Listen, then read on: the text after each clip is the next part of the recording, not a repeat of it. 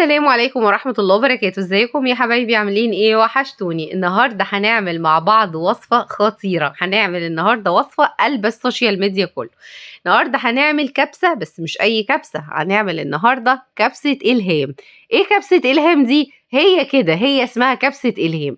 فمعانا النهاردة كبسة إلهام بطريقة سهلة وبسيطة. طبعا انا كنت منزله فيديو للكبسه السنه اللي فاتت، وكان المفروض عادي انا السنه دي بنزل بعض وصفات كنت منزلاها السنه اللي فاتت، وبما ان في ناس جديده عندي على القناه فبنزل وصفات كمان كنت عاملاها بجددها وبنزلها او بعرضها تاني. فالمهم انا كده كنت هعمل كبسه، فبما ان كبسه إلهام اليومين دول طالعه ترندي قوي، وانا ماليش في الترندات بصراحه يا جماعه، بس حبيت كده انا كنت عايزه اعمل كبسه، فقلت طب ما نجرب كبسه إلهام ونشوفها كده عامله ازاي. المهم هي تحفه وخطيره وطعمها حلو قوي، بس في الاول وفي الاخر هي كبسه يا جماعه.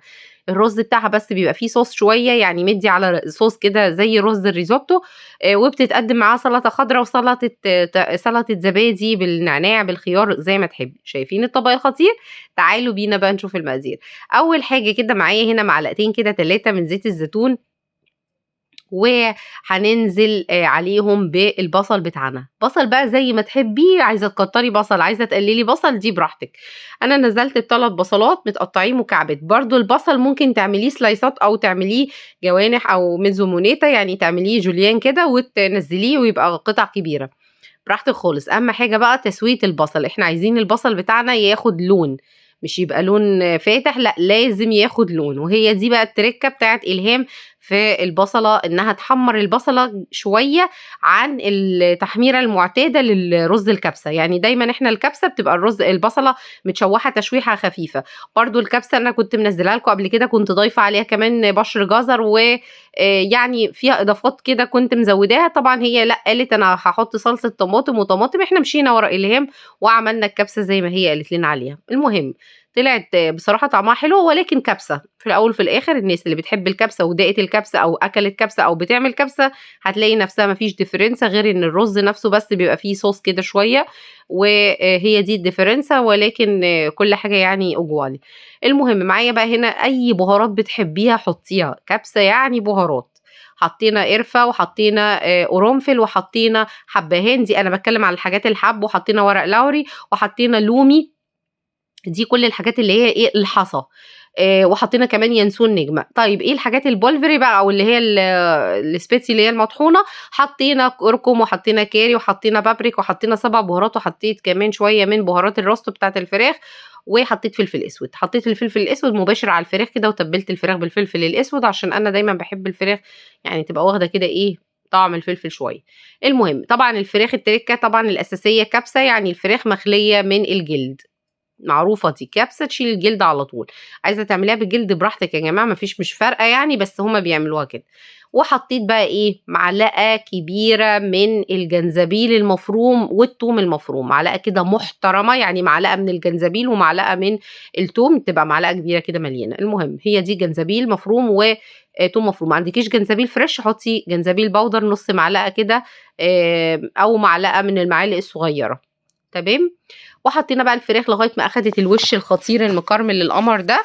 هنقلبها على الوش بتاعها وبعد كده نشوف باقي الخطوات.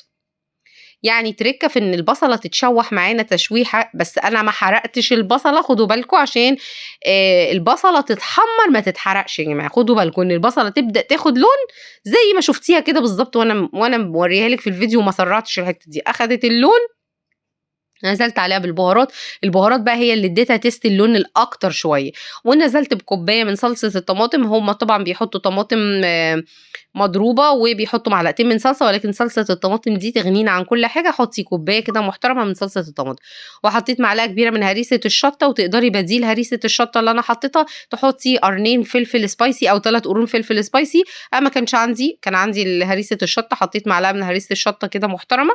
ولكن لو عندك فلفل كمان سبايسي حطيه، لان هما بيحطوا فلفل سبايسي في الكبسه.